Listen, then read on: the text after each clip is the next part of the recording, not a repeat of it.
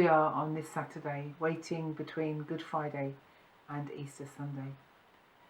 Jesus was arrested, accused, beaten, humiliated and crucified on the cross. He died, nailed to the cross up on the hill between two thieves. The soldiers ensured that he, like the others, was truly dead. And so we pick up the reading from Matthew's Gospel, chapter 27. When it was evening, there came a rich man from Arimathea named Joseph, who was also a disciple of Jesus. He went to Pilate and asked for the body of Jesus. Then Pilate ordered it to be given to him. So Joseph took the body and wrapped it in a clean linen cloth and laid it in his own new tomb, which he had hewn in the rock. He then rolled a great stone to the door of the tomb and went away. Mary Magdalene and the other Mary were there, sitting opposite the tomb. The next day, that is, after the day of preparation, the chief priests and the Pharisees gathered before Pilate and said, "Sir, we remember what that impostor said while he was still alive. After 3 days I will rise again. Therefore command the tomb to be made secure until the 3rd day. Otherwise his disciples may go and steal him away and tell the people he has been raised from the dead, and the last deception would be worse than the first." Pilate said to them, "You have a guard of soldiers. Go, make it as secure as you can."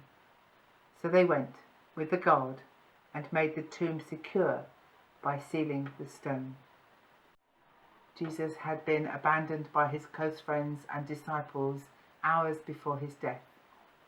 Now, a man called Joseph, who was rich, a religious leader, a member of the Sanhedrin who had previously been afraid to speak out against the other religious leaders, had the courage and the compassion to take Jesus' body.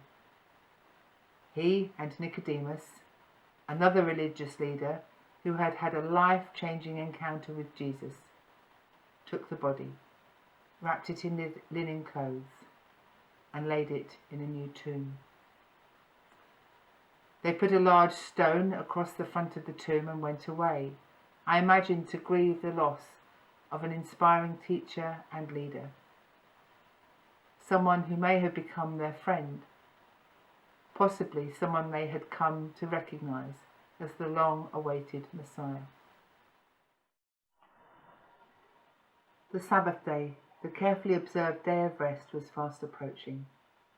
The chief priests and the Pharisees were uneasy. Was this it?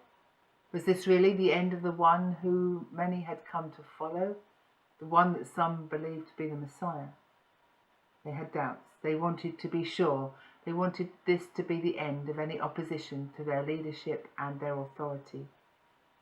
So they went to Pilate and asked for the tomb to be securely sealed.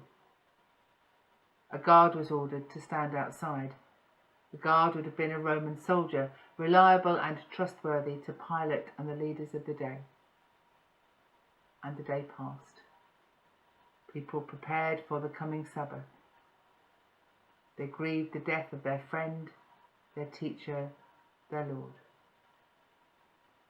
Today, take some time just to sit, to be still, to wait, to rest, and ponder what it would have been like for those friends and disciples in that void after seeing the death of Jesus.